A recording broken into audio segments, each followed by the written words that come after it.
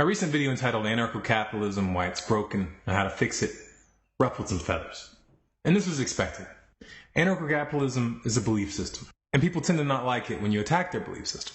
However, I was a bit surprised at the low-grade bully tactics and blatant logical fallacies that were employed in the comments. Let's take a look at some of these. I don't usually get into the predicting and suggesting business for what would happen in a free society because there's no way in hell my ideas would end up being the best. But what you are advocating by opposing anarcho-capitalism is the initiation of violence. Yes, nasty people will still be nasty without a state, but right now you personally are condoning a system of violent aggression based on your uncertainty of what would happen without it. Now, this is just a mouthful of logical fallacies. First of all, this is a false dichotomy. To say that opposing anarcho-capitalism is to advocate the initiation of violence is ridiculous.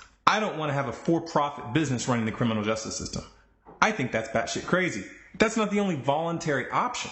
You can't pretend that every single way of life in the world can be reduced down to statism or anarcho-capitalism. This isn't theoretical. This isn't even up for debate.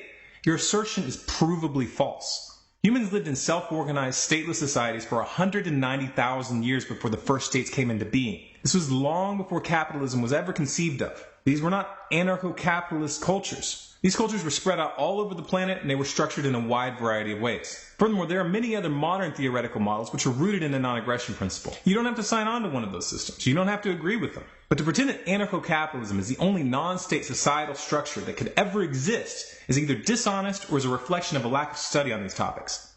The second problem with this comment is a blatant straw man fallacy. When you say, right now you are personally condoning a system of violent aggression based on your uncertainty of what would happen without it. For those who aren't familiar with straw man fallacies, this is the tactic of attributing a position to an opponent that was never proposed in order to make that opponent look ridiculous or evil. I never condoned or promoted the state or any system of violent aggression, ever, period. Moreover, I made my position very clear at the beginning of my video when I said the following. We agree about the non-aggression principle. The initiation of force or threats of force to impose one's will onto others is not acceptable. We agree that any claims of human ownership, whether explicit or implied, are illegitimate. We agree that exchanges of resources and labor should be voluntary. We also agree that the state, as defined as a monopoly on violence in a specific region, is a dangerous and destructive social construct. These are core concepts that we agree on an abstract level. And if we stop there, then this is what I would call voluntarism.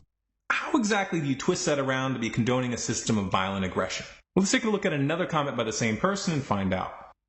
Your unified set of rules constitutes an outside authority, the exact mythology that does lead to statist and violent subjugation. Would you throw out your conscience in favor of a unified set of rules? And how would that magical set be made if not by the same humans that you don't dare have running their own lives? This whole statement is a mixture of poor listening skills and faulty logic. So, a unified set of rules constitutes an outside authority. How exactly did you come to that conclusion? 3 people mutually agree on a set of rules for a club, and they are the first 3 members. They put the rules in writing, and anyone who wants to join has to read the rules, then sign a contract acknowledging those rules and the consequences for infractions. If they don't agree to the terms, they don't join. Perfectly voluntary, no outside authority needed. Now imagine this club exists in a territory where there's no state over it. Over time, hundreds of people join. Well, now what you have is a society. Since there would be no outside authority, that society would be wise to have some basic rules about how murder cases are handled, rules of evidence, rules ensuring a fair trial, rules ensuring that the accused aren't tortured into false confessions. Just basic common sense rules of engagement.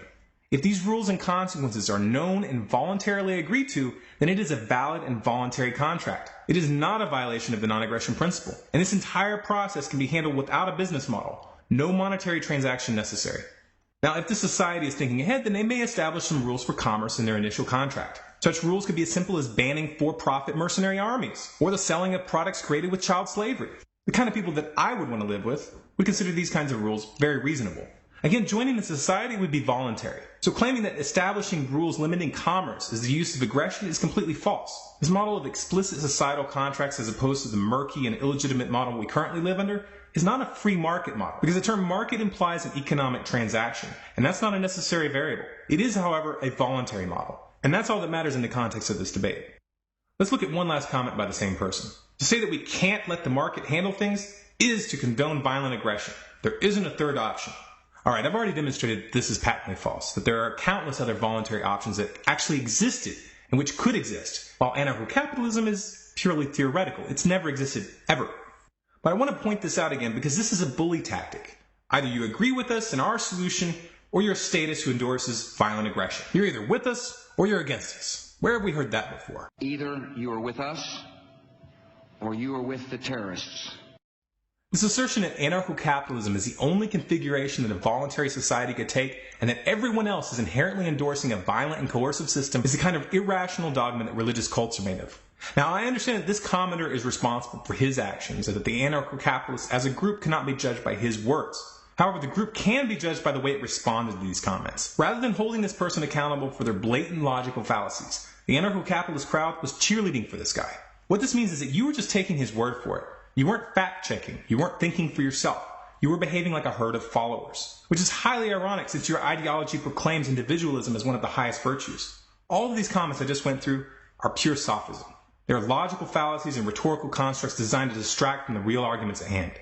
Now, obviously, anarcho-capitalists aren't the only ones who engage in these kinds of tactics. This is a common problem when people are emotionally attached to their beliefs. However, what you need to realize is that if you don't want anarcho-capitalism to be viewed as cultish and immature, then you need to call people out when they act like this. This kind of behavior is an embarrassment to your entire movement. Now, this particular person expressed interest in debating this topic live. Now, what's ironic is that on February 19th of this year, I sent an invitation to this person to join us for a live discussion, and I never got a response. Maybe the email got lost in his junk mail. I don't know. I was actually looking forward to a debate. However, his behavior here in the comments of this past video has demonstrated a lack of maturity and an incapacity to debate rationally when his core beliefs are challenged. Now, I'm not withdrawing my invitation for a discussion, but due to his behavior, I'm adding a condition.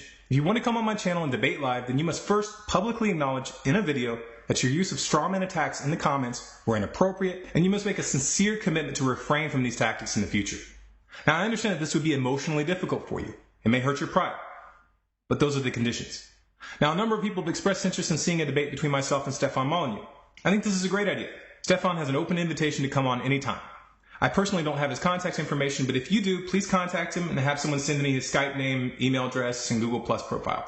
Once we have that information, we'll send the Google Plus Hangout invitation the very next Tuesday at 9 p.m. Eastern. Anyone who wishes to help coordinate this discussion should contact us at scg@waitingforthestorm.com with the word discussion in the subject line.